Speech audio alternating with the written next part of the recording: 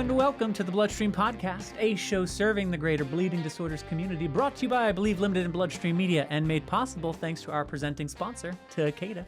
I'm your patient advocate and host, Patrick James Lynch. And I'm your healthcare advocate, nonprofit nerd, and your other host, Amy Board, reminding you to please speak with a healthcare professional before making any treatment decisions. On today's show, Yeah, bud. Jonathan James, founder and CEO of Hope Charities, sits down with me for an in-depth interview into Jonathan's life, his motivations, his challenges, his triumphs. You got all that and more coming up on this episode. Welcome to BloodStream. As always, thank you for joining us today. And if you like what you hear, share this episode with family, friends, everybody on social media. And if you haven't already, subscribe to the BloodStream podcast wherever you get your podcasts. I also want to remind you, dear listeners, that the BloodStream podcast is made possible thanks to our presenting sponsor, Takeda. Takeda.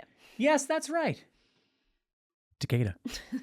Takeda's got this website, bleedingdisorders.com, where you can learn all about Takeda's resources for and commitment to the bleeding disorders community. Takeda believes in a world free of bleeds and are dedicated more than ever in their efforts to offer a wide range of programs and support to help patients throughout their treatment journey, wherever on that journey they may be. And you can learn more by simply visiting bleedingdisorders.com. One more time. That's bleedingdisorders.com. And for their founding and ongoing support of the BloodStream podcast, I would just like to say thanks, Takeda. Thank you, Takeda. Oh my God. Okay, what's your deal? Well, I thought you'd never ask. You know what it is, Amy? What is it, buddy? Today, we've got one of the coolest cats in bleeding disorders here with us. And so for that, I needed to make sure to look like this. What do you think? He's going to be a parent of two, everybody. He's a parent of one. He's going to be a parent of two. This is Dad Joke Central, everyone. No, Dad Joke This Central. is quality humor. This is A-level stuff. This is the kind of thing Los Angeles has built on, this level of comedy, okay? If Vivian were here, she would roll her eyes. She probably would. Doesn't mean she knows comedy better. And for those of you listening, I was wearing sunglasses. Oh, that's true. That was the big bit. The whole time he was wearing sunglasses. Now they're on the top of my head, which is still a pretty... We hit record and he just put them on. He didn't tell me he was going to do this. Nope. I just decided a cool guy like Jonathan James deserved a cool look from Patrick James Lynch. That's fair. And so that's what it is. Right. Let's not belabor it because this is a long one. I know. But it's in studio. It's like really good. It's in studio. Yeah. Jonathan is an exquisite storyteller. He is. He has faced a lot of challenge in his hemophilia life. He talks about that. He and I have been on these interesting parallel paths with our pursuits within the community. We get into that. So there's a lot of good stuff in here. So sit back, relax, and enjoy the Jonathan James episode. All right. Jonathan James, good to see you, man. Yeah, great to be here. Thanks Second for time having we've me. gotten to sit across from each other in a few microphones within the Yeah. last several weeks. I A nice like it. treat. Between two microphones. We could start like our own thing. That's right. Between two microphones, plant. Yeah. That's right. I like this idea. This isn't your first time to Los Angeles, though, I can't imagine. No. Yeah, I've been 5 or 6 times. I don't know how many times, but yeah. And you've been traveling a bit. We're catching you in the middle of a bunch of travel, if I'm not mistaken. Yeah, got a lot going on right now. So I mean, it's conference season, so there's like everybody's got their meetings, so doing that. But some advocacy work going on too, and some policy work that we're doing. So yeah, it's a lot of moving around right now. How do you kind of plot out your time? Because, I know at least for me, there's always some conference or some meeting or some workshop. There's always something I could be attending, Yeah. but we can't go to everything. How do you kind of figure out the right balance? It's prioritization, right? I mean, it's like kind of anything else. It's kind of like your budget that you do at home, and you're like, I really want to get a new car, but that's not going to happen because we just, have these other priorities that we want to do, and so I think at some point, like you choose like, what is the most important. What makes that really hard in this space that we both work in is like, everything's important. And so that's super hard to choose sometimes, but thankfully, we've seen, I think this is part of the reason why I'm so vested with trying to raise up as many volunteers and even some of our staff members now. We've got people, it was last week or the week before, we had literally like 3 places I had to be at the same time. So it was a divide and conquer moment. So we just had to like, start prepping people to do some of the work that we've been doing in other places. So it's like, I think raising up that next layer of, to be able to send people where I can't be is really good. But also I'm excited about the future in some ways because while the problems seem to be getting more and more complex, and there's more of that, there's also more opportunity for more people and more voices to get involved. And so it's one of the things I'm so passionate about, training the next generation, really. Yeah, that makes sense. What do you see as some of the complexities that we're currently dealing with? Oh my gosh.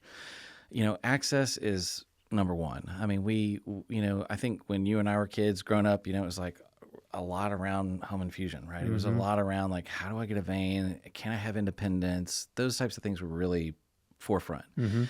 But, today the biggest challenges are really the prevention of getting access to the medication that you need when you need it. And so, the insurance challenges are far more complex. I didn't even think it could get more complex, from 10 years ago or, even 20 years ago, but it's gotten far more complex and more barriers. And it just takes, it really, unfortunately, the onus becomes on us as individuals, as, for our own care, but also for the community more broadly, for us to be able to, become more expert in the lingo so that we know how to be able to, combat these barriers that are put in front of us. And I think there's a lot of things that are coming up where it's like, they just kind of hope that you go away. They hope that you don't fight back. But, trying to learn how to, you just have to be a life learner and continually absorb, okay, so here's a new problem we haven't seen yet. Like, how do we navigate this? And then as you learn, take good notes, just like you would with your prophy logs, right? You would just make sure, which I'm not great at, but still, you take your logs and you make good notes and journaling what's happening in the access challenges. As an organization with Hope, like we're doing that every day with these, calls that are coming in regularly with people who are having all these different kinds of challenges. And we really just have trained our team to sort of like, okay, don't just respond to the problem, also think about how you're responding to the problem. Right. And then as you're working through it, we're going to take notes, try to find trends, try to understand what works, what's not working.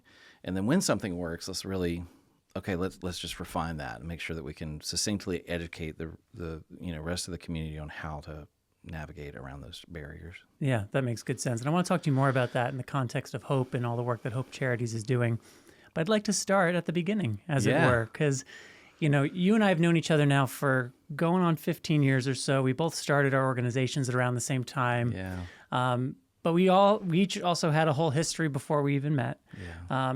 And, I've heard you speak and present a number of times, but I haven't heard everything about your life growing up and kind of like who was Jonathan as a kid and how did hemophilia impact Jonathan's life as a kid. So I'm kind of curious to hear, when you think back to childhood and think about hemophilia, what first comes to mind? Yeah, man, that's a loaded question and a lot there.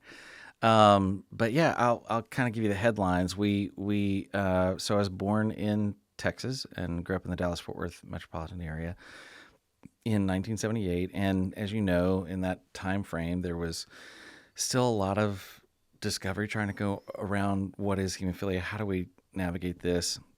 And we didn't have a family history. So there was no indication that there could be this issue. My parents were very deeply involved and rooted in their community, and they had a lot of friends from college that had moved kind of to the Dallas-Fort Worth area at a similar time frame. Nice. And they had friends that were physicians, and so they started noticing problems with bruising and, of course, circumcision, I couldn't stop bleeding, and heel prick, couldn't stop bleeding, all these things. It was really, my mom would pick me up out of the crib and have the bruises on my, chest and back. And so there was a lot of concern. And then I think one of the vaccines that I got early on, like my thigh, like swole up like triple the size it was. And so my dad was, he's a passionate guy. And so he was a fierce advocate from day one. And so he had convinced himself that the needle broke in my femur or something, and that there was some sort of like, that they didn't remove the needle or something. He had this story he had kind of made up in his head. It was like this really extreme, like unusual case. And so he just went to every doctor he could find over that thigh, being so large, and man, just no answers. It was like nowhere to turn. That eventually sort of resolved. I mean, as you know, when you have swelling of that kind, it eventually, even the capillaries can actually close themselves off, and that's probably what happened.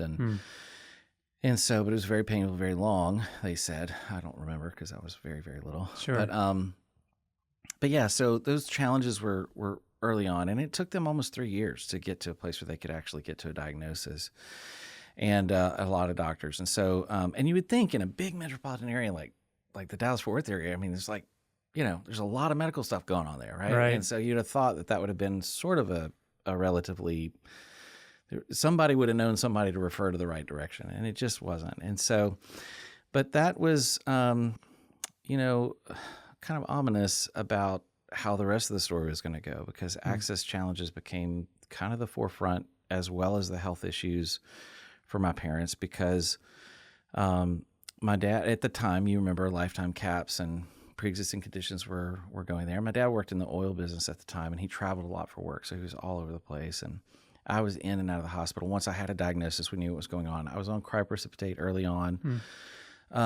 When factor products started coming out, even before heat treated, they put me on factor products. Not very long into that journey, probably less than a year, my doctor started hearing winds of like whispers and concerns that there may be problems with the medication. So out of an abundance of caution, he reverted back and put all of his patients on back on cryo.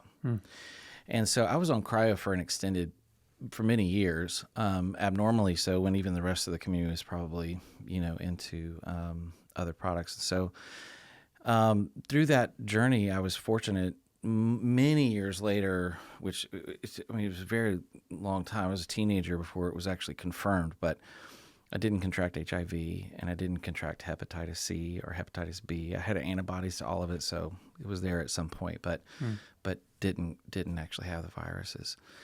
So in one sense, I was really spared from what most of our friends, and I often have said that I've been to far more funerals than I've been to weddings. And so we lost a lot of our community members through those years, and it was heartbreaking. And in some ways I was spared from that, but in other ways I had the full, sort of brunt of, extreme, fully metastasized bleeds that were very just difficult. And so, we didn't have home infusion early on, so I'm going to the emergency room for every problem. Yeah. And I have lots of memories of being stuck 7, 8, 9 times. I was a really difficult stick as a child, so a lot of probably some PTSD back there that, just of the trauma that you go through as a young child, and trying to, these emergency situations where you're having a fully, full bleed, and it's just very, very, very painful, and you're trying to, we've shared stories before of like sitting in an empty bathtub and hanging my elbow over the side of it so I could, pinch off the nerve cluster in the middle of your arm so that you could just get 5 minutes of relief. And then part that sucked about that is when you picked it up, it came back with a vengeance. But at least for 5 minutes, you were okay for a little while. And right. It wasn't a lot of pain medication application, at least for me. And so Tylenol was kind of the only mediator, and that wasn't effective. And so it's just a lot of pain. My dad used to say as a small child that he would oftentimes put me to bed, and he would just try to help me to go to sleep because I was in pain from a bleed or something like that. And he said that I would grind my teeth even after I was asleep because I was just hurting, so bad. And so had a lot of pain. My first target joint was my ankle, and then wasn't too many years after that my right elbow became a major target joint, and kind of almost deterioration on that almost took precedence over the ankle because it was just bleeding so rapidly. And the access challenges were a problem. He ended up losing his job because they basically fired him. They literally put a pink, the old saying of like, we're going to give you a pink slip. He literally walked into his office one day and there was a pink slip on his desk because it was too expensive. So he went to another company, another competitor, and had a job there. And eventually they asked him to leave for the same reason. And so he was kind of part-time on the side doing some real estate work. And so he found out with the real estate company that there was an opportunity that they had multiple insurance companies that you could choose from at the same brokerage firm. I think it was Century 21 that he was working for at the time, and they had like 3 or 4 options. And so he was like, this is it. Like I can literally stay at the same company. I could be at home and I have to travel all over the world. And on top of that, I can, when I run out of this coverage, I'll just go to the next one, run out of that coverage, I'll go to the next one, run out of that coverage. And he did. And eventually all ran 4 out of all the insurances, coverage. there was no coverage. So he really struggled. And then there was an opportunity for, to go on to, he couldn't qualify for Medicaid at the time. It wasn't that he was just rolling in the dough, but it was because essentially he just made like just a few $1,000s more than the limit. Mm-hmm. And so there was a fund at the time in Texas called the Crippled Children's Fund, and it actually had resources, kind of basically like a high-risk pool, if you remember those. Mm-hmm. And so I was on that for a period of time, and that's how I got Factor for a while. And then eventually they closed down. They didn't have any more money. The legislature didn't fund it. And so as a result of that, we were kind of in a pickle, and he was scrambling to try to find, some type of coverage for me, somehow, some way to get Factor. And in that journey, he basically started calling every state he could find that would answer the phone and try to find out, did they have a program? This is pre-internet, so there's no way to just like scan Google and find out who has what. Not that that's very good today either, oddly enough. With all the information we have, you can't really do a good search to find that. Fair. But there was 2 states that really stuck out to him. His family was from Alabama, so he knew that he kind of needed to stay. He wanted to stay in the Southeast if at all possible, just because he knew his parents were aging, and he'd probably have to deal with that at some point. And so Sure. he eventually found out that Louisiana had a state program where you could live in the state and get Factor at home, and it was not Medicaid. It was actually a state purchasing program. And there was a senator that was a close friend with one of the hematologists there who had started the original HCC. And in that, they worked together to get a fund put together for the state, and it was amazing. And so he sold everything he had. He had some rental properties and things like that too that he had built up over his real estate business, and he cleared it all out, sold it all, and moved our family to Louisiana. Didn't know a soul, didn't know who we were, where we were, other than that was a place that I could get Factor. Wow. And so we relocated for that when I was 14. And didn't anymore get there, and found out that there was a loophole where I had to have they did a full workup on me, because back then the medical records were still all paper. So my medical file was about this, 3 foot tall, and so they had to order them from somebody had to actually go down in the basement and find the medical records, and it was going to take a while. So the HCC decided to do a full workup, and in the process, I was very close to having to have my right arm amputated, because I only had an 1/8 of an inch of bone left, and the circulation wasn't working well, and I had a 90-degree, loss of motion. So it was very painful and dire, but we didn't know that it was that extreme because I hadn't had X-rays in a long time, and it was just, I had gone to physical therapy, but they weren't really monitoring it regularly, and so because we didn't have insurance, so then we got there, they would supply medication at home. And then they would not supply medication. You couldn't get the Factor if you went into the hospital doors. So then all of a sudden, we were kind of back in the same boat again. We're there, and for a year, it's just this like, oh my gosh, like I have to have surgery, but I can't go to have surgery. And so that became its own sort of nightmare that eventually sorted itself out. A couple of years later, I was able to finally get on Medicaid and actually get surgery. And that was a really difficult battle on my parents for sure. But growing up was difficult, very painful, full of access challenges, and a lot of unknowns. But I had parents that were extreme advocates, and they just did not stop. Neither one of them did. Where do you think that comes from in them? Like, what drove them to be such advocates? Well, I'd say number one is probably their family was on both sides were very much like that. I mean, my dad's mom actually had 5 kids, and she actually lost 2 of her children to medical malpractice. Oof. And so she was just a fierce fighter for her 3 children that were still living. That she was just a fierce fighter. Yeah. My grandmother was. And my grandfather, my dad's dad, he was there. There was no give up in him. He was also just a resolved man to do what was right no matter what. Tremendous integrity. And my mom's parents, very much the same way. I mean, very much the same way. There was just a determination that nothing was going to get in their way if they had to fight for one of their kids or even in their community. They fought for people. My on my dad's side too, they were very involved in charitable work and fundraising and church life and faith, and all of those things really, I think, played a huge role in my parents' foundation of like what they saw. My grandfather was at one point was like one of the he won an award for basically raising the most money for Shriners hospitals at one point. It devastated him much later in his life when I was going through that elbow problem. And my doctor and my grandfather were both like the highest rank you could be in the Shriners world. And the Shriners Hospital mantra at the time was no child would be denied care. And they denied me from getting the surgery at the Shriners hospitals, even with their recommendation, endorsement, and a couple of senators and congressmen involved as well.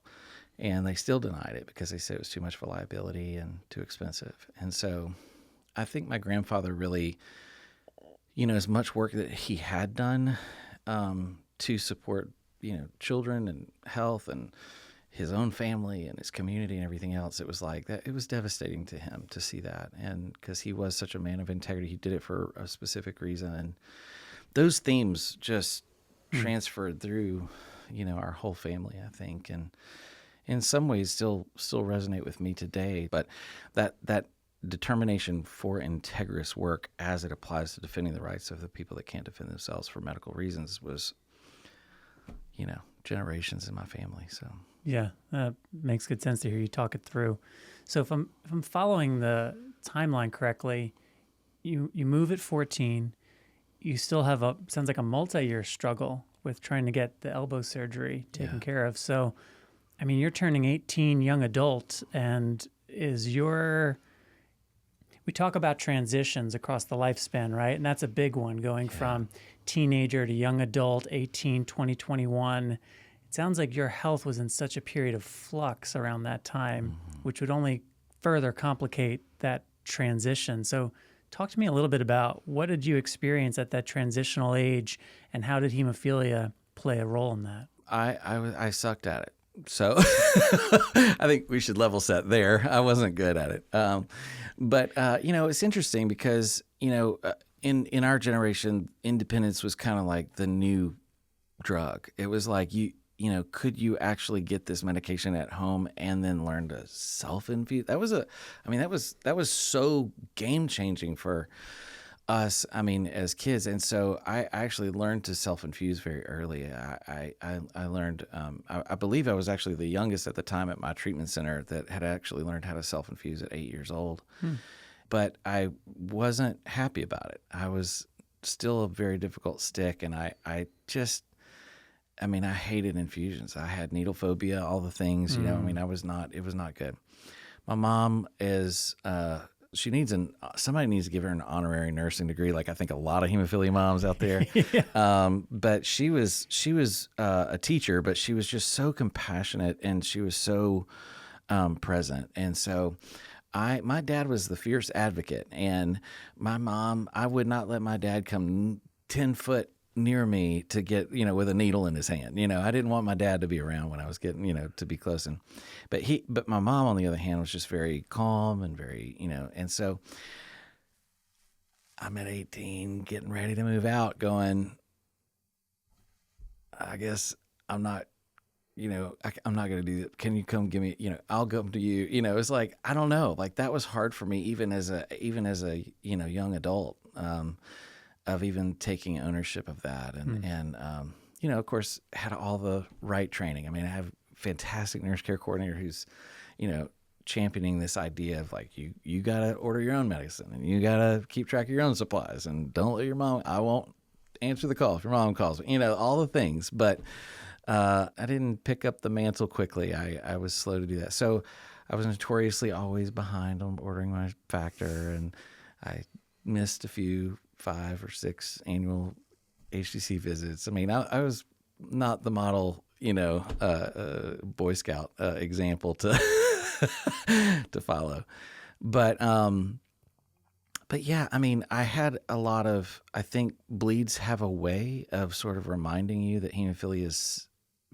very near, and so I had some very sort of awakening moments for me where I had, like any 18, 19, 20-year-old doing some dumb things with my friends at, all hours of the night, and but had some near-death experiences, and I think as a result of that actually sort of helped me go, okay, wait a minute, there's nobody coming to save me. Like, I either got to do this or it's not going to get done. Is there any that stands out in your head to hear you say near-death experiences? Yeah, I have a few, but one particular situation that was really an awakening moment for me was I had been out with some friends late at night and drank more than I should have, and there was a huge muddy soccer field between where I was and the dorm room that I lived in, and so I had not been infusing. I mean, I think it's worth saying that prophylaxis was being talked about and encouraged, but it wasn't really. I mean, we were still pretty much all on demand. This is in the 90s, and I actually came home one night and kind of flopped back on kind of fell on the bed, and I was in a dorm, so I had like these cinder block walls, and I cracked my skull on the back of the cinder block wall. No prophy on board, no factor on board, and I pass out. Now, I didn't tell anyone that I had hemophilia. Some of that was cultural for us in our generation, was because HIV was synonymous with hemophilia. A lot of people knew about Ryan White. They knew other people that were in the community that had like really been terrorized by their communities locally about these issues. So it was kind of, our treatment center, both in Texas and Louisiana, both said, hey, like, don't tell anybody you have this, because it really, you don't want to have your house burned down or something, or be bullied or whatever. And so it was a cultural thing not to share, number one. Number two, I think with any invisible disease, there's a tendency to say, I'm normal and I'm trying to be normal. And so I always say it's like, publicly normal, but privately painful. Like there's this sense of like, we're living with this kind of this battle and this war going on behind the scenes. But publicly, you can kind of fake it for 8 hours while you're out in public, but it's like, man, what's going on at home sometimes is really torturous. And so, especially when you're not taking medication preventatively at the time. And so, anyway, I had my best friend at the time was, he was with me in the dorm room, and he sat there. He knew I had some kind of condition, but he didn't know what it was, and he didn't know anything about it really. It's kind of the worst position to be in that moment. Yes. How freaked out should I be? Oh my gosh. And so he's sitting in this chair, and I just had this vague memory before I pass out that, he's in the corner. And then, I don't know, I wake up some hours later, and he's still sitting like bloodshot red eyes, like sitting watching me like a hawk in the corner chair. He never left. He never left. And I'm talking like, it's probably like 10 o'clock the next morning when I wake up. And he's like, dude, I didn't know. I knew you had some kind of condition. I just knew I was going to have to, like, if you didn't wake up, I have to call your parents or something. Like, I don't know what, because I was just terrified something really bad was going to happen. Well, of course, I had this horrific headache. And so, I'm thinking, oh my gosh. So I did have factor, not much, but I had a little. So I infuse. And then I call the HCC, and they're like, you need to come in. And so, he drives me to the HCC. And I had a intracranial bleed. And it was, but thankfully, it with treatment and care, even in that timeline, I was able to survive it. But wow, had a couple of car accidents, that were, again, in between dosing that, were awakening moments for me in a way to say, hey, look, you got to have coverage. You have to have coverage. And you're the one that's in the driver's seat. Yeah, exactly. Wow. What a story. You remind me of a couple of times, one in particular that stands out, where I was supposed to be in a car that got into a horrific accident. And I know where in the car I would have been with that group of people, and it would have been in the most vulnerable spot in the back seat middle. And, there are these moments of like, I don't know why I was spared necessarily, but I was, and they are wake-up call moments for sure. Yeah. For sure. And that was at a time where I was on prophy, I was taking prophy, but I mean, if you're in a bad enough car accident, no matter who you are, it can be game over. So That's true. That's a scary thing. So tell me a little about college. What was your focus in college? What were you studying? Where did you see yourself headed when you were a 20-something-year-old college student? Yeah, that's another loaded question. I think you have to back up a little before college to kind of address that, because there's a couple things. Again, I remember vividly being told I wasn't going to see adulthood, and I remember being told that, okay, if you make it to 18, 20, 21, you're not going to have a full lifespan. I mean, that was just a known thing. Planning for the future was not really the most present thing, I think, in my mind. I think that was also somewhat common to a lot of guys in our generation. I think so. I had been a part of a really small private school growing up, and actually it was part of like our church community and stuff. And so like I had like 20 friends. I mean, Dallas is a huge area, right? And every school's like college campuses are just enormous. But my parents were like, hey, like with the medical challenges and having to be gone so much, so many absentees, all this stuff, they're like, we really need him like in a small school so that we could kind of like manage his health, but also we know everybody there and we can bring lessons home. And, my mom being a teacher could teach, and all that kind of stuff. So I was in and out of school a lot growing up, and it wasn't easy to manage that. But moving to Louisiana, I'm like, I know nobody. And so I'm like, I want to go to the public school, like get involved with like the community and learn, because I'm an extrovert by nature. So I was like, man, I just want to go, I want some friends, Yeah. And back then we had no social media, and dudes don't write. So, I mean, you relocate, you're losing touch with everybody, Totally. and so that was a hardship. But in a sense, though, I get involved in public school, and they're like, hey, at this school, like, you're kind of coming in mid-year. Like, the only options is you either got to play a band instrument, you got to do sports, or you got to be in choir or home ec. You could do home ec as an elective. Well, I didn't play a band instrument. I played lots of instruments, but not marching band type instruments. And my parents were very musical. They had recorded albums together. I had grown up in a very musical family. And so, but I did not want to do what they were doing. Good night. I was like, that is not my, And they were always putting me up on stage and trying to do things. And I was in a lot of theater growing up. And so I was like, okay, we'll do, church plays and like school productions. I did all that stuff, right? And so they were like, oh, this is, you got to do music. And I'm like, that was embarrassing when you made me do it, number one. And number two, I'm not, anyway. But I was so determined to not sing.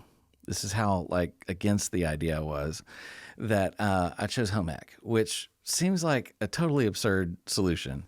But for whatever reason, that course was not working out for me. I was apparently not very good at sewing. So the principal, actually, I was failing home economics.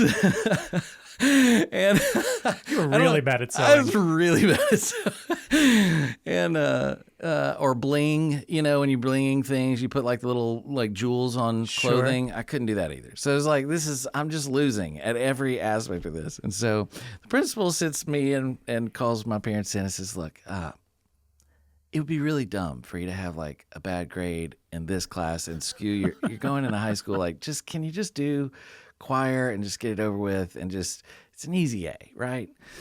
And so I was like really almost forced into it. And so I did it. And then of course, I had a little bit of experience. And so I don't know that I was any good. I hated my voice. I didn't like the way it sounded. Like it's not my favorite thing necessarily, but it was familiar. I knew what I was doing. So I got in. Well, they loved it. And so the high school teacher comes down and says, oh, hey, we're going to recruit you. You already signed up. Like you're already in so I start in the big high school the next year, and it's like I'm already in enrolled in choir and all this stuff. I'm like, I really don't. Isn't there something else this is a larger school? Aren't there more things than just home ec?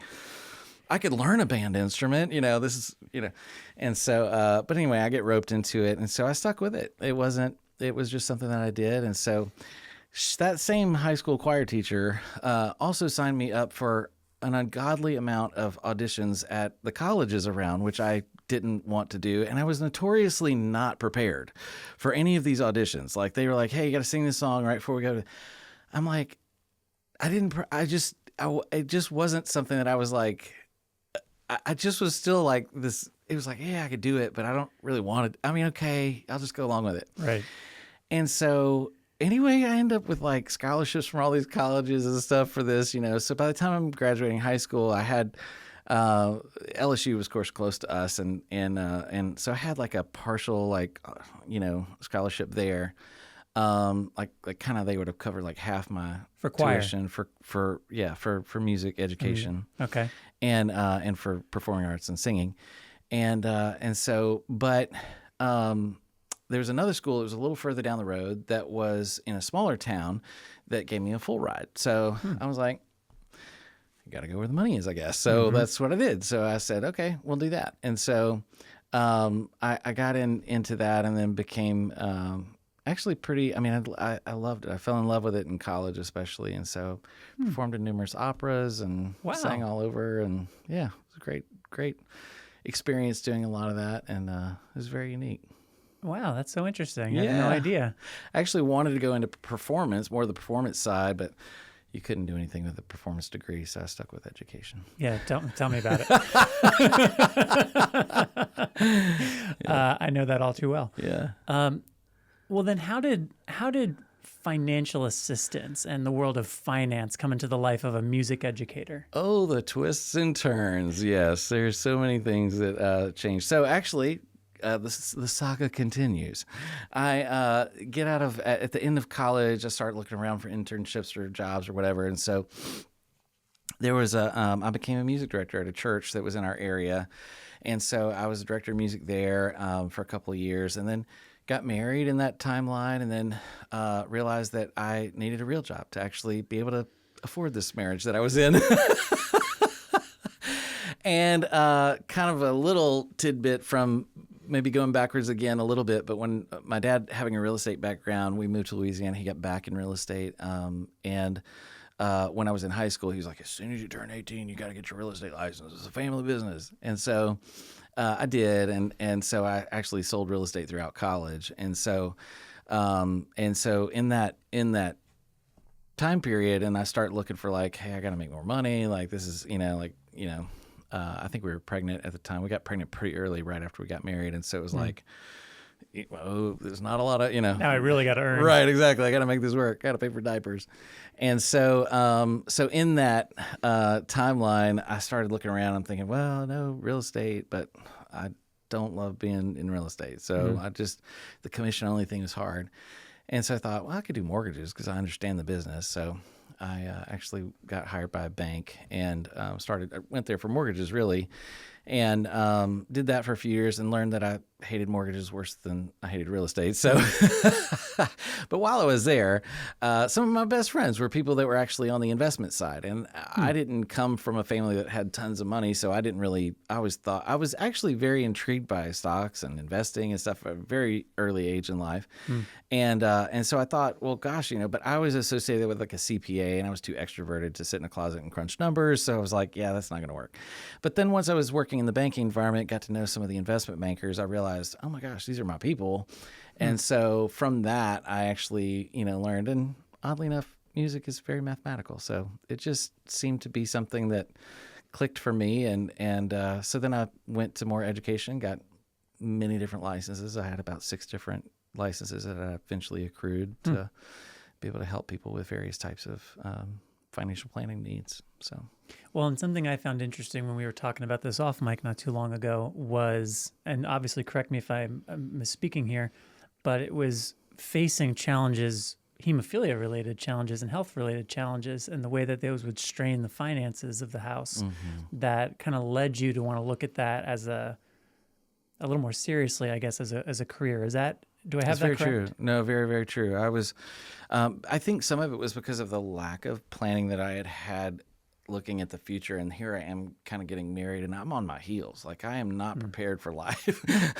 I can't even stay. I'm not even doing prophy at this point. And so it's like, just trying to look into the future and thinking, wait a minute, like, there's a chance I could live a full lifespan now, and so embracing that and then sort of going, man, I wish I would have prepared for this better. Man, I wish there was more that I would have done. And so I hate cutting you off, but I'm curious because it really resonates. When did you embrace that idea that, you know what, I might actually live a full lifespan? Like when in your journey did that start to feel real? Because I know for me, it's way later than I would care to admit. Right.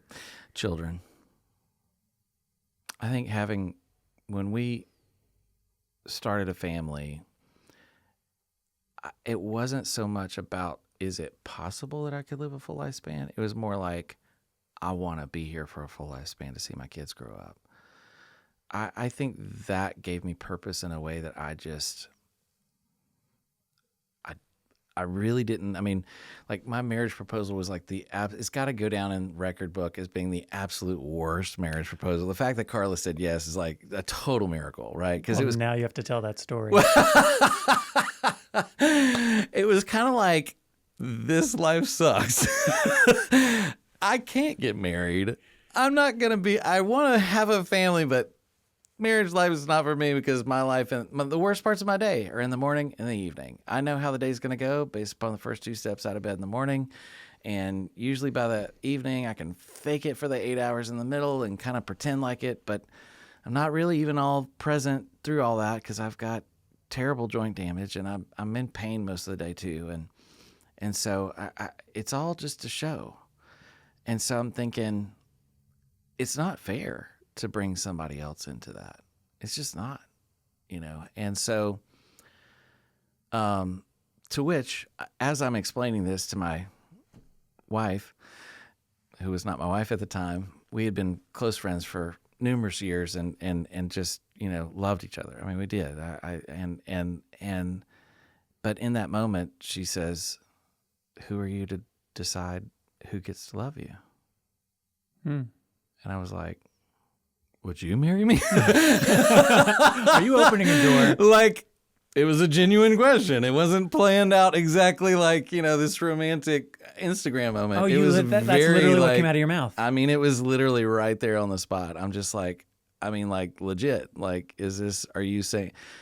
She says, it's not fair for you to choose that for somebody else. Like, she even told me, she says, don't you think that your spouse, and we were talking in generics at the time. This is kind of a little bit before that moment, but she goes, don't you think whoever loves you like that is going to have already settled that out in their heart before they got to that point? And then we talked a little more and we were on a beach, so it was, it was sort of romantic, but some romantic elements. But it was more like, shorts and flip flops on a picnic with like a, I think we played hooky from work that day too. Like that was like, That's it was kind of just romantic. it was kind of romantic, yeah. But it was like, low key. So you just floated it out there. And what did she say? My heart was already there. Her heart was already there. It wasn't like it was just total cold turkey, like we just met and I'm here. Right. We had a lot of all of our big life conversations way before all that. So like but it was in the context of friendship. It really wasn't like, it wasn't in the context of like, I don't know. It wasn't the movie, the movie version, it was real life. Yeah. And, we're celebrating, 25 years of marriage this year. Unbelievable. I think it's going to work out. It's you guys are, it's getting serious between you two. It's getting pretty serious. Yeah. 25 years and 4 kids later, I'd say you're on course. Yeah. So, but all of that journey was really just, I think, part of also what got me to the place of going like, I don't just think it's possible that I could live. Like I want to live this out. Like I want to live this out. It's one of the reasons why, I've talked about this a lot about mental health challenges, but it's one of the things is that like finding purpose in your life, I truly believe is the key for you being able to find your passion. Like if you, and that actually kind of subsequently leads you to a path of like saying, hey, I want to improve my health because I have purpose now, and for me, that was my relationships. That was my friends. That was my wife. That was my kids. That was my, I wanted to live for them. It wasn't self-serving in the sense, it was self-serving, but it was like, I wanted to, and also, I wanted to be able to provide. I wanted to be able to find a way. And so like my work choices really played a role in that too, of saying like, I'm going to muscle through this somehow, some way. And, I had been, through surgeries prior to that and knew that that was a very real possibility. And my wife knew that that was a very real possibility in the future. And there was a lot of unknowns attached to that. Her mindset was, it doesn't matter what we face, as long as we face it together, we'll get through it. And she's a lot more full of faith in that way than I was at the time. To me, it felt like doom and gloom. It was like, it's just going to be the way it is. But for her, it was like, we'll be stronger together. We'll get through it. Did that eventually start to integrate into you? Did you start to feel that in a real way? Yeah, absolutely. She's not only been my biggest cheerleader and biggest support, but she's also been, a rock in that way of like just continuing to remind me at the hardest moments that, there was more to the story. There's more value to what I bring to the world around me than what I'm doing. Mm. And I think sometimes like the things the what, sometimes we get caught up on the what we're doing. Like, oh, do I want to be in tech, or do I want to be in retail, or do I want to be in financial planning, or do I want to be in music, or do I want to be in this or that or this or that? It's like the what is important, but really what's more important is recognizing the value of who you are, so that as you unlock that in the world and the relationships around you, you can see that you are not what you do. What you do matters, but you actually are, you have intrinsic value inside of you that's so much more than just an action or a transaction. And that, I've struggled with that concept in my life. Yeah. Putting too much value on what I'm doing. What's the outcome of my output? If it's not productive, it's not worthwhile. And, I think that comes back to some low sense of self, low sense of self-esteem, low confidence, which definitely interacts with the hemophilia component. Absolutely. But for me, appreciating the intrinsic value of who I am and how I am in the world is not second nature. It's something that's had to be learned. Right. And that's, I believe, part of the reason why we have so many mental health challenges in our world today is, and I think that's in some regards, I could look back through history, and I think that that's probably been prevalent throughout history. We just, the mode of managing that was to ignore it. Today, we're becoming more and more aware of that. But I do think that acknowledging the mental health challenges alone is not actually the solution to mental health challenges. Correct. The solution to mental health challenges is actually to reinvigorate purpose. Maybe you need to change the what. Maybe you started out down a path of education and you need to be in music education, and you need to be in financial planning. Maybe you started out in financial planning and you need to be doing charitable work. I don't know what the solution is, but the point is that like that purpose and you cannot underestimate the value of who you surround yourself with. Carla has been my absolute biggest cheerleader, my biggest support, 100%. But it started with my parents. My parents were that for me too. I think it's part of how I sort of was able to recognize the difference, because I had dated other girls, I had had other relationships and stuff like that too, and it was like nothing just really clicked, and it wasn't just that there wasn't enough similarities or that we didn't want the same things in life. It wasn't just that. Like I had shared values with pretty much everybody I dated with. But there was shared interests. But it was like, it wasn't just that. It was like there was something. And I say this often about Carla, that she's the most compassionate person I've ever known. Wow. And when I say that, it is a big deal for me because I'm surrounded by compassionate people. Yeah. Like surrounded, my parents, just amazing. And my family. And, and I've been really, really, really blessed by having tremendous friends that just have supported us and that are not in the Bleeding Disorders community per se, but people that just in life that have been just incredible, lifelong friends. I can look around and point to probably 15 or 20 guys that literally have been friends with for more than 20 years, and I also recognize that's extraordinarily rare. Yeah. But my dad used to teach me from a very young age. He said, if you want to have good friends, you first need to show yourself friendly. And so it was this idea of like, give away what you want to receive, and it will return to you in buckets. That's a famous quote by somebody. But you know what I mean, though? It's this idea that it is reciprocal in a way. And so it starts with that act of faith that if you give it away, it will come back. Yes. And I think sometimes my wife Carla always says that motive matters. What you do out of love will live. What you do out of fear will fail. Sage, man, I'm telling you, I married up. Like she's, you did. You outkicked your coverage. Way outkicked my coverage. And but that is like, I think sometimes like I do talk to a lot of people in our community that are just like, they're still so locked. And I was this. I'm not saying this from a place of not understanding it. I was this. I did not share my story with my friends at college. I did not share my story with my friends from elementary school knew. I'm still friends with some of those guys. But my guys at college, I mean, like literally, we were at one of the first fundraisers we ever did for Hope way back. This is probably about 2008, 2009, somewhere in there. Somebody got up and shared at that. It was just kind of a small gathering, but it was like one of our friends, lifelong friends. And we had been friends with him since college. And he got up and he says, he goes, I didn't even know Jonathan had hemophilia until like 2 years ago. He goes, he never talked about it. He goes, I just knew that sometimes he had to go to the hospital or something was wrong. Like, I didn't really know. He just disappeared, and I thought I had the flu for a longer period of time than most people. He just never brought it up. That was kind of an aha moment for me because I didn't realize that I had segmented my relationships and letting people into that. And so while I was friendly in public, and I had good relationships, but I didn't let them into everything. Right. And I think that's human nature. That's not all bad. No.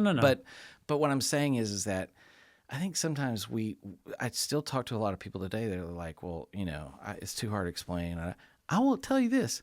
The way that I learned how to do, probably the best way to learning how to become a force in advocacy and be effective in advocacy is actually telling your people that have no clue about hemophilia what your life is like. If you could do it with your neighbors and your friends, and I get it, there's sensitivities. We need to be careful about that. But strategically, if you could find ways to be able to tell the story to the people in the elevator, to the people in your life that you do love and care about, and you haven't really maybe all fully let in. If you get to those trusted relationships, you start to share the story. That is the best practice for when you're standing before a legislator. It is absolutely the best. And so I just think that at some point I got good at being able to share the story in that regard. And it really did have a lot to do with the fact that I had people that I knew that were going to love me if they knew or didn't know. And that gave me confidence to be able to share more. But it wasn't until much later that I started sharing my story. I grew up as a child going to all the court hearings, and I was always like the kid that they put up on the stand, and we had to go and advocate in the Louisiana legislature every year for the budget specifically. And so my story was always the story they wanted to put up and have me share my story. And so I grew up doing that as a young child. I avoided it like the plague as a young adult because I was also trying to avoid I wasn't managing it well in my own life as a young adult, but I also wanted to, it was like a pain that you just want to try to ignore that doesn't exist. You just want to live your life. Yep. So I avoided it as a young adult too, but it wasn't until I was confronted with it in every level of my life that I just couldn't. But the balance of that plus having trusted relationships that said, no, you have value, and your value, like this pain that you've gone through could have purpose if you were just more transparent and vulnerable. And it was that actually led me to being able to speak out and say, hey, maybe I can share my story. Yeah. Maybe it'll help somebody. If it only helps one person, it's okay. And there would be no Hope Charities, Hope for Hemophilia formally, if you hadn't gotten comfortable with that. When did you want to start focusing on charity work and focusing so much on hemophilia? Yeah. Again, background. So as young adults, my wife and I, we first early married. We were still very involved in our community and very involved in nonprofit work. My wife actually worked full time for our church, and then I was also very, very involved in church stuff. And then we had a lot of community stuff that we did together. That was fundraisers, all kinds. We were very super involved in that as young married couple. Sounds like it. For years. And so we sort of had this background of desire to like just give back to our to love our neighbor, right? Just to give back to our local, community. And so but we also gave a lot personally. Like, I mean, I was in my career path, I was what most people would have called very successful at the time, and so we gave a lot. I mean, we gave a ton. We were also newly married, but our budget was still, it was what it was. But Sure. But for all intents and purposes, we lived a generous lifestyle. And once I kind of made this shift of like, maybe my story has some value, I started to get opportunities where, there was a drug manufacturer that said, hey, could you come and share your story? This is kind of before like it was common to see people do like speaker bureaus or things like that. There just wasn't a lot of that. There was an old company that was in the community for a while called Wyeth. I think they were one of the first ones that asked me to do that. Later got absorbed by Pfizer. But in that timeline, they said, hey, could you come and speak at this dinner? And they created this eventually, like a couple of years down the road, they created this thing called the Ambassador Program, which now is kind of a whole model for the whole industry. But Sure. But I went and spoke at a couple of these like little chapter events here and there. And it was common to me. I'd grown up in that. So I understood what it looked like. But my wife and I both were really inspired by the fact that there was at every one of those meetings that we went to, and then I shared my journey, there was people there that were hurting far more deeply, that needed real practical help, really needed more attention than just like getting a little education or hearing an inspiring story. Right. And so classically, I'm the come early, stay late guy. So like we were always like kind of the first one in the room and the last to leave. And my wife Carla's that, if not more so that than I am sometimes. And so we were always hanging out in the back of the room, just waiting for who was still there. And there was always one family. There was sometimes two, sometimes three. You get to talking to them and found out that they haven't had electricity for 2 months. Okay, well, what are you doing? Like, what? How about this organization or that organization or this thing? Oh, they can't help us. Oh, we got a little help here, but that was like 6 months ago. They said that we're not eligible again for a year. We started to hear these stories over and over again. And so this is in the early 2000s. So my wife and I were like, oh my gosh, like, sad to say, you get so tunnel vision in your own life, right? Sure, yeah, and so of course. you're just not aware of the pain around you sometimes. And so, we helped out a number of families. In those years, just out of our own pocket, just because it was just something we wanted to do and we could do at the time. So that was sort of the backdrop.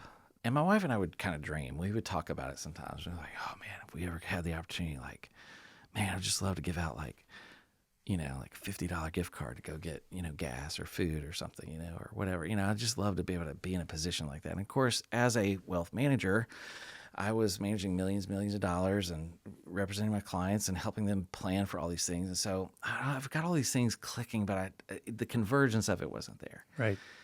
Fast forward a few years, I end up going through a series of surgeries back to back. End up in a wheelchair for 3.5 years. And I'm trying to hold my life together. And I'm a financial planner, so I took my own advice, and we had 6 months of savings, and we have, all the long-term stuff. I've got the plan in place. But I went 21 months without a W-2 paycheck. And that's longer than 6 months for people who aren't numbers oriented. But, there was this thing of like, we did all the right things and it wasn't enough. I had disability insurance. I had FMLA. I had all the things. The way that my income was structured at the time, I had started my own, it was a branch is what we called it, but it was a part of Edward Jones at the time.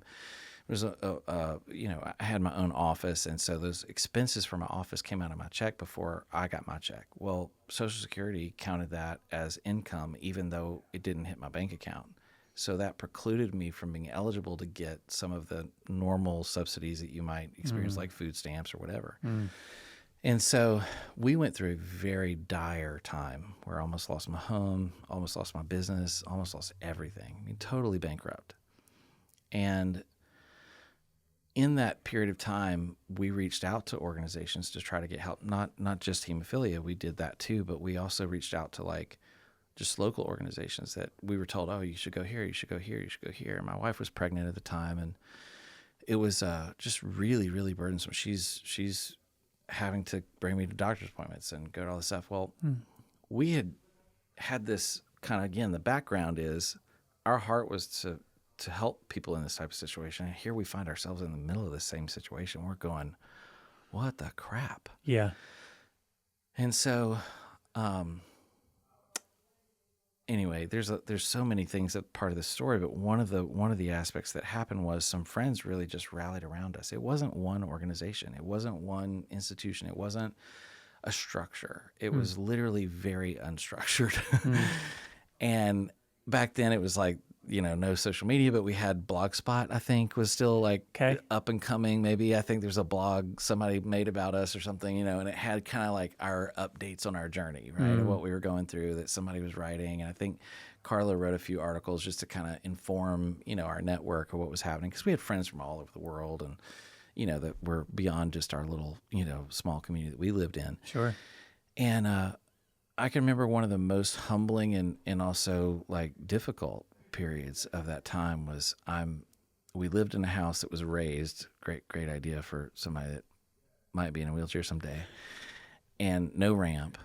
And I am in between surgeries. So both ankles are being fused and my right elbow is severed because I had bleeding in it and the one bone had penetrated the other, and I couldn't move it, so it was locked. And if I did, it could sever an artery that could cause like another whole nightmare. So it was like I have use of one hand. So I'm in this scooter, I'm in this wheelchair with a joystick, and it's my worst nightmare. It is literally the thing that I didn't want to get married for. It's the thing that I didn't want to bring kids into the world because this could happen to me.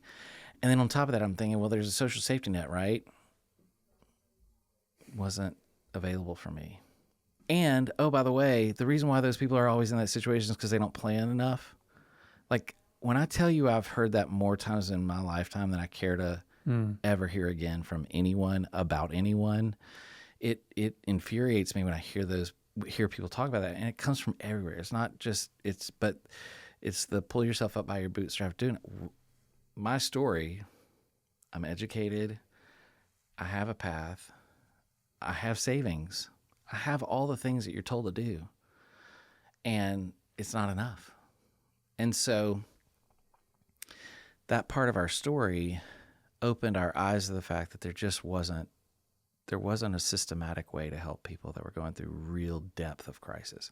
At the time, there was one hemophilia organization that had a program that could help with up to $750. I had a mortgage, I had whatever. We had a lot of expenses that were hefty.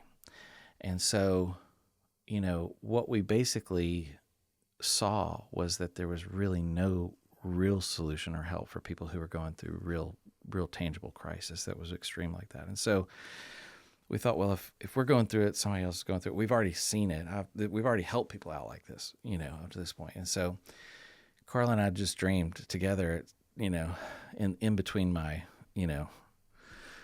anger and my,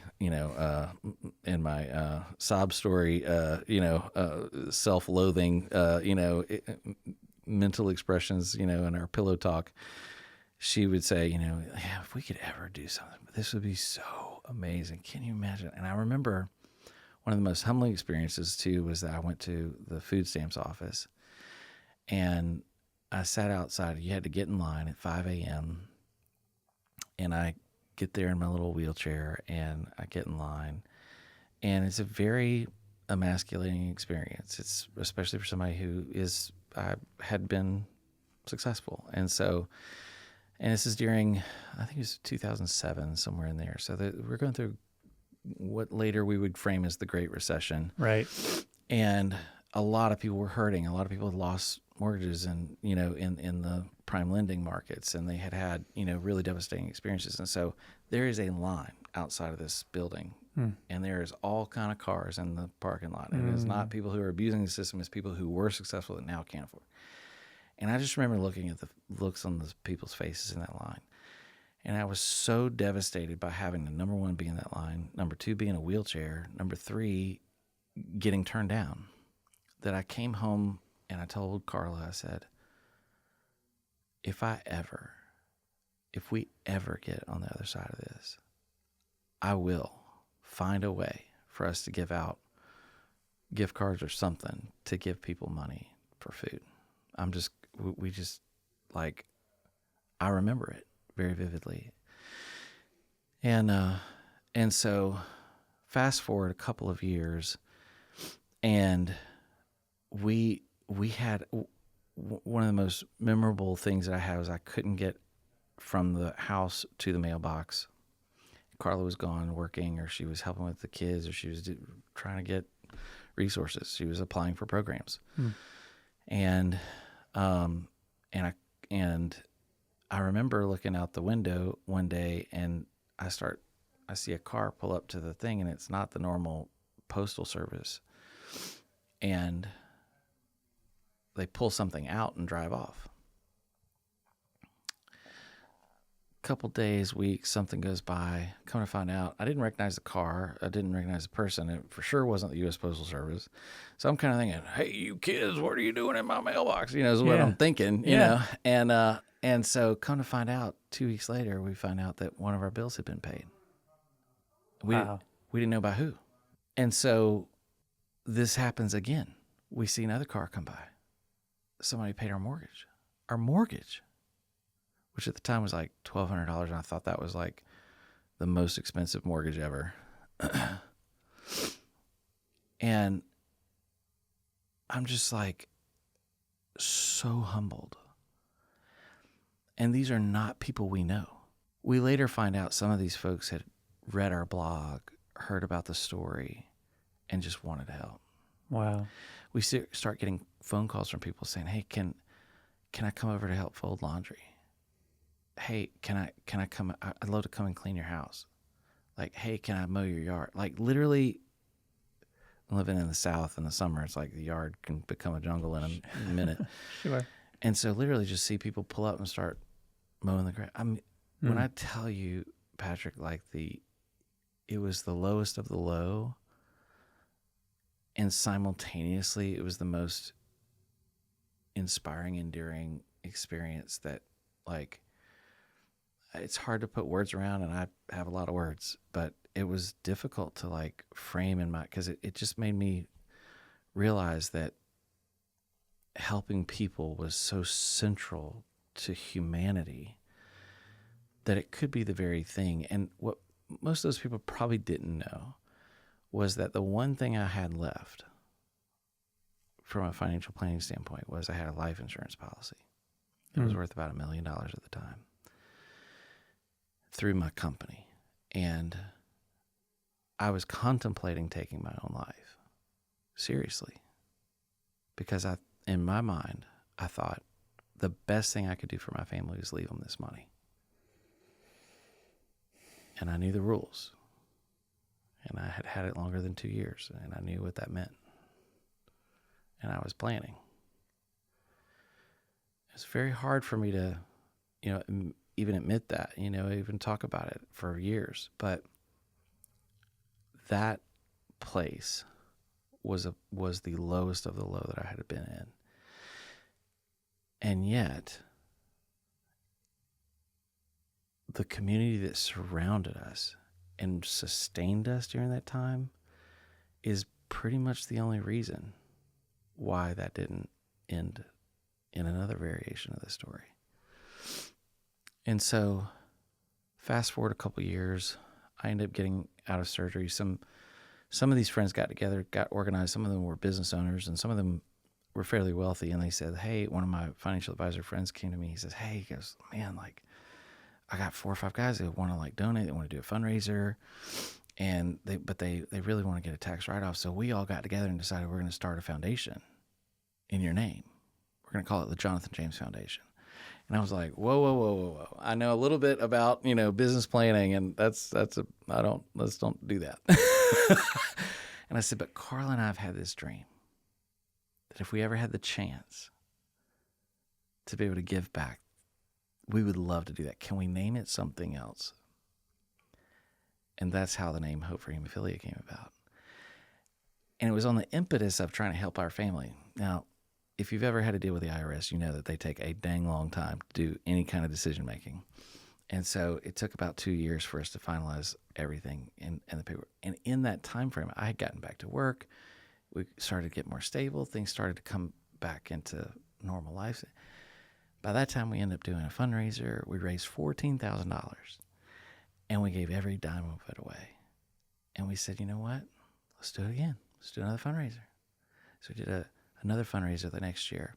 We raised $28,000, and we gave all of that away.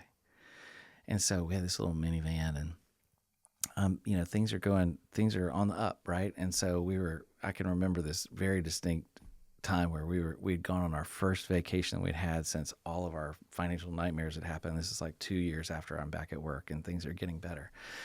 And we're in Florida, and we're on vacation, this little Dodge Caravan minivan. We got the kids in the back, and Carla's answering phones on the one cell phone that we got to like help people like, hey, okay, you have a bill, like, okay, what is your situation? And like we have paper applications. Like there was no it was very limited, but we were just helping people out of the trunk of our car, literally.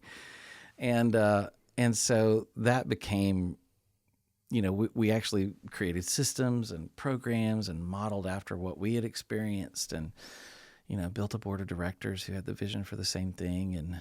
And it's just grown tremendously. And I would say today the need is in some ways greater than it was when we started. There's far more people hurting and suffering today than there were that we realized or saw even then. Why do you think that is?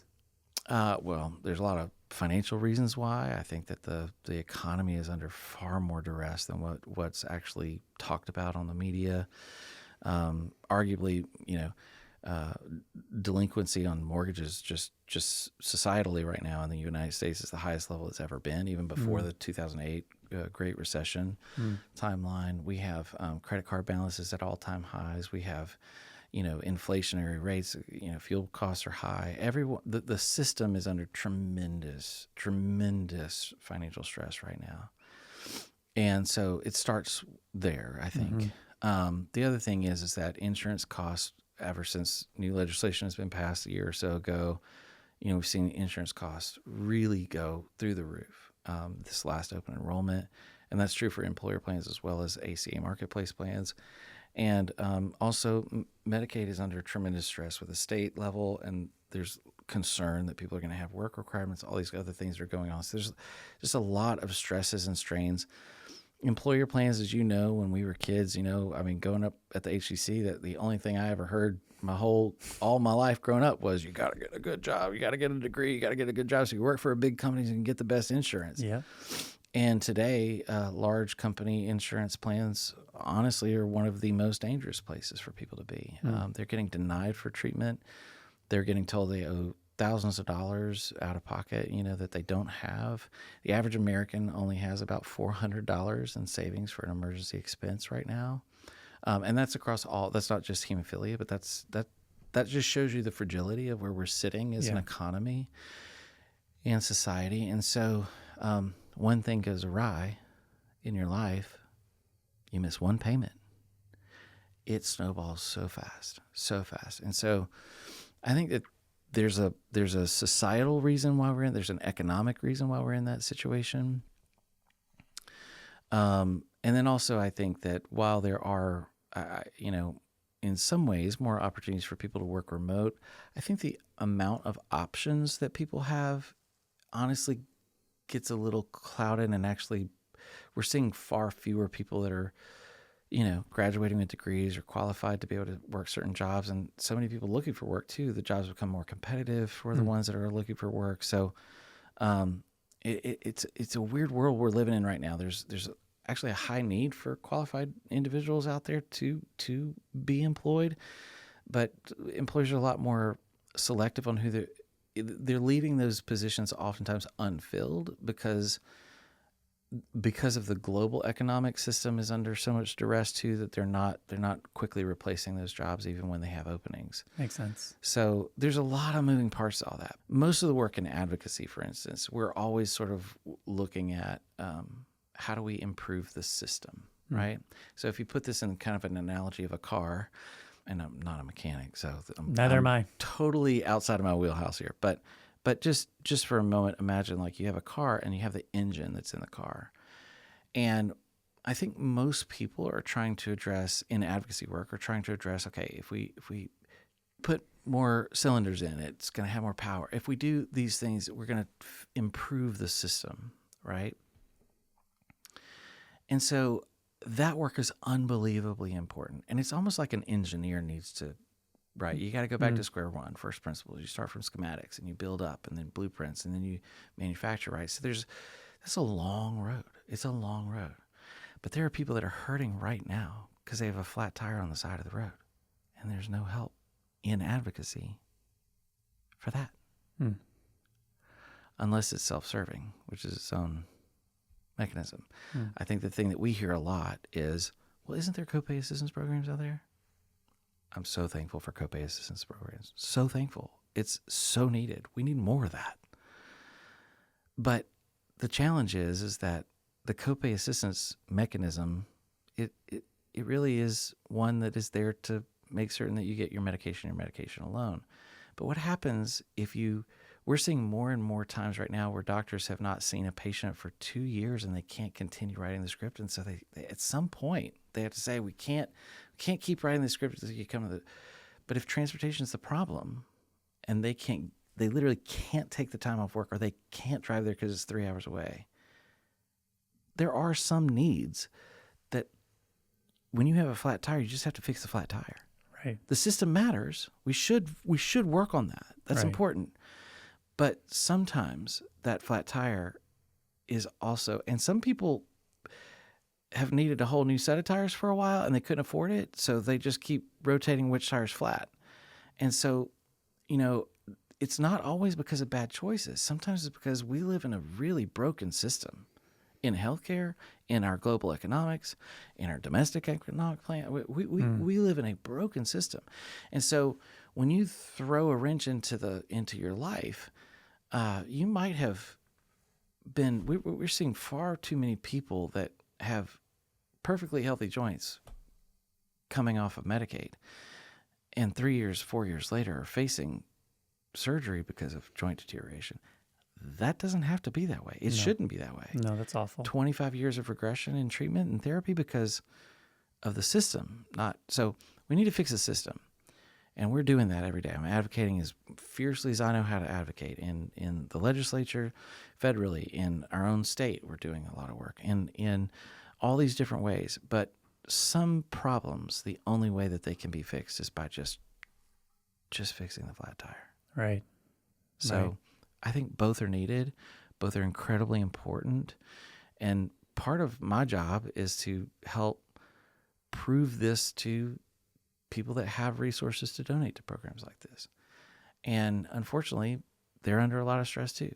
And it is sometimes the squeaky wheel that gets the grease, and flat tires are squeaky. So I'm still out there trying to beat the bushes and try to help people understand the vision of that. And I think some of it is also that we needed a trusted, integrous, systematic way to do those types of things. I think they broadly have been sort of inconsistent, which is why a lot of organizations don't do them, because it's kind of random and you just have to, but we built systems. We've spent the last 17 years at Hope building systems and processes that provide equitable resources and access whenever possible. And the thing that always kind of catches us is the funding level. There's just not enough funding resources to help everyone, but we try to help everyone as much as we can. And sometimes that's, we refer out 5 resources to every one person that we help directly. So we're not just giving them a fish in a crisis. We're also teaching them to fish when they're beyond the crisis. Right.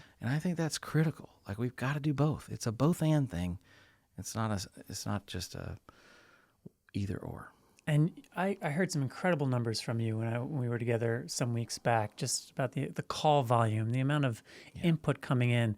Help listeners appreciate just how, because to me, that's a huge signal of how important the work you're doing is. There are obviously loads of people out there that need the kind of support that you're able to provide. Can you just, like, in numbers, give us a general idea of just how much you're facing on a week-to-week basis? Yeah, no, it's a great question. We have a call center where we field questions that come in.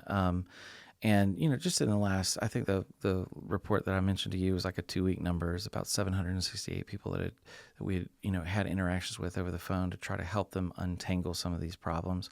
That's just a huge, I just have to stop there to say that's a huge number. 768 people in 2 weeks is a huge number. Well, we primarily focus on about 90% of the work that we do is in bleeding disorders, specifically hemophilia A and B. So, and von Willebrand's as well. We support some other diseases, but not so much in the call center space yet. But I will say that, like, one of the things that we find is that, let's just take kind of basic numbers. The CDC numbers talks about 33,000 people with hemophilia. For such a small, we're 10% of what it takes to be rare. In the United States, for you to be classified as a rare disease, it's essentially 1% of the population. That's how they measure it. But it's 330 million people is what they would say, or 330,000 people in the United States is what you would say is what qualifies you to be classified as a rare disease. And, when you're dealing with such a rare, I mean, we're almost orphan status or ultra rare in a sense in hemophilia specifically.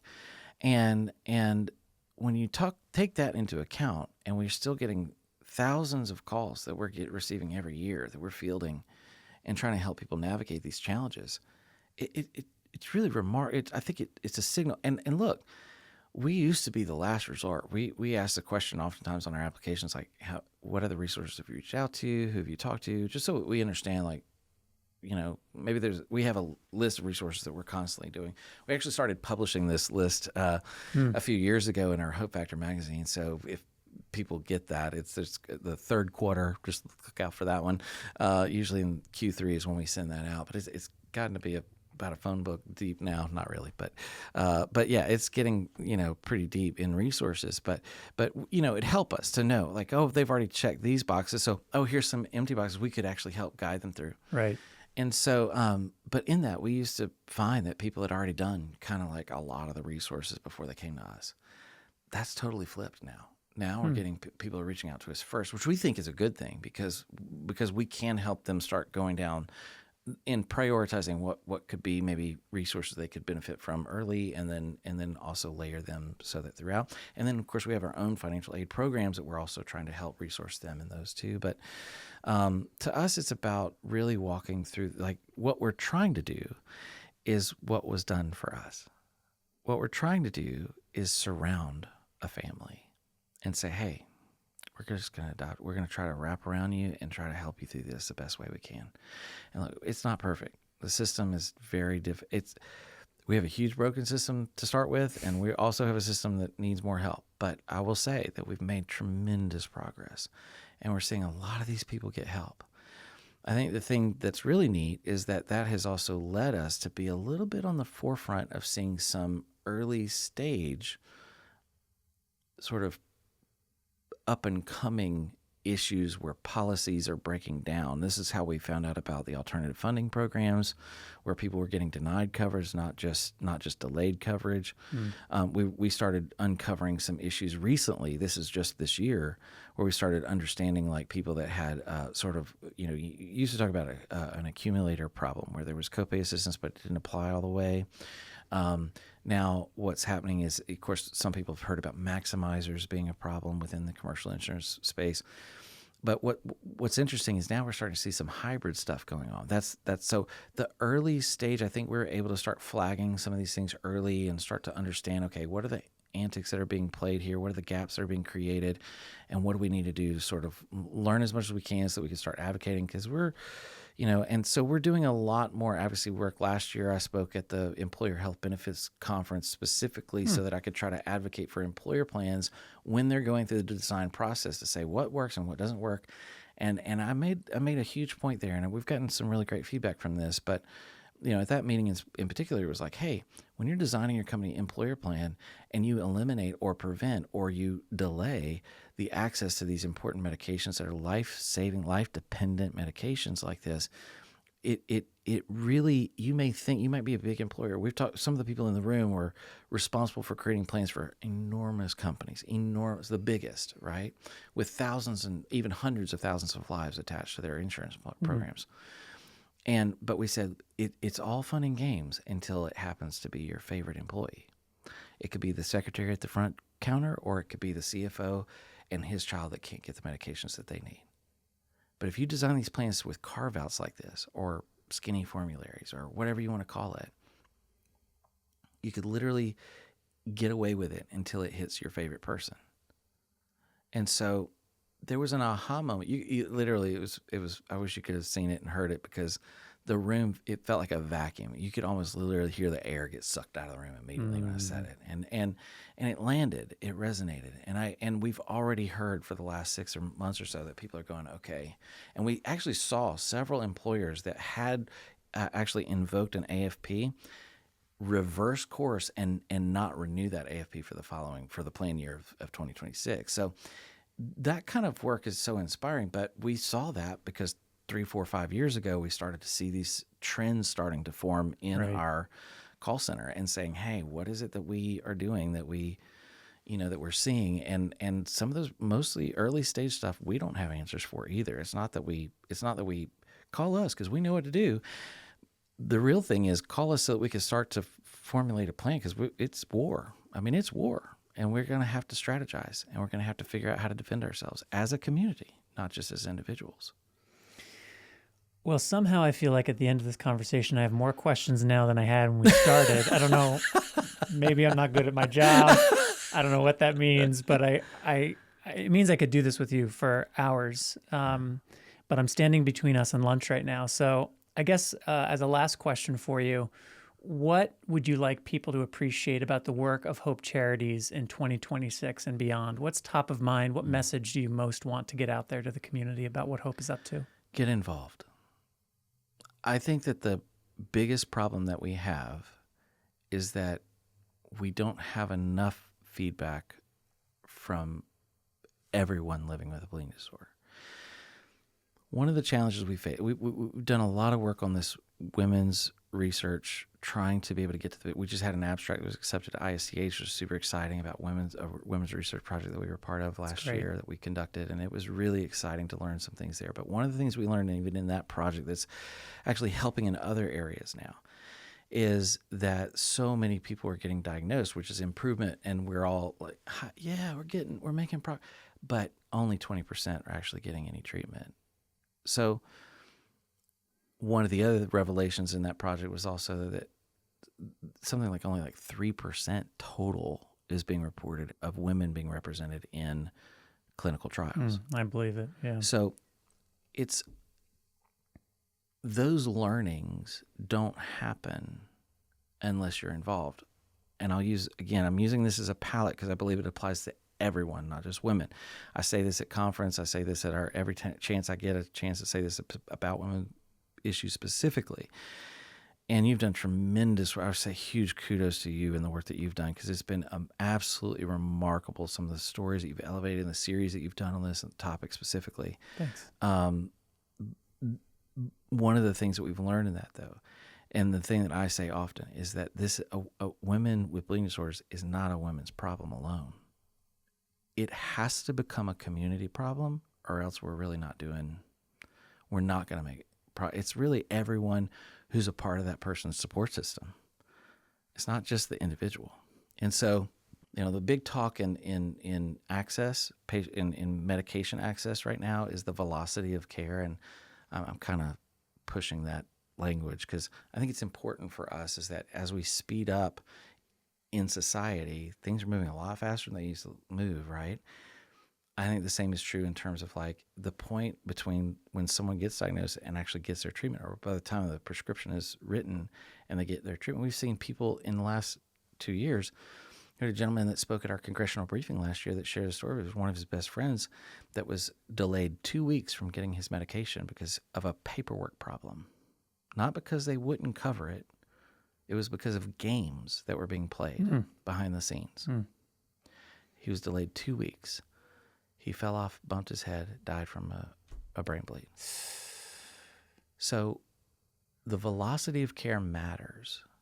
And I would say that the velocity of involvement also matters. To the degree that we all get involved in the conversation, and we need everybody.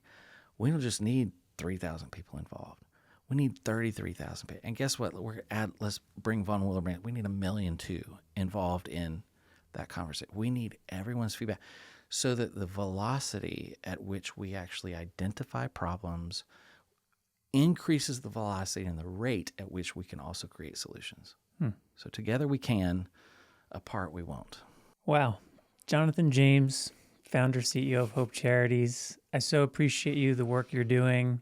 I feel like, and we've talked about this before, but in many ways we're running parallel paths, True. Different focuses, different ways our time gets spent, but similarly motivated and on somewhat similar timelines with our respective organizations. So having you here is such a privilege and a treat for me. It was great to hear parts of your story I've never heard and to hopefully share that with more of the community.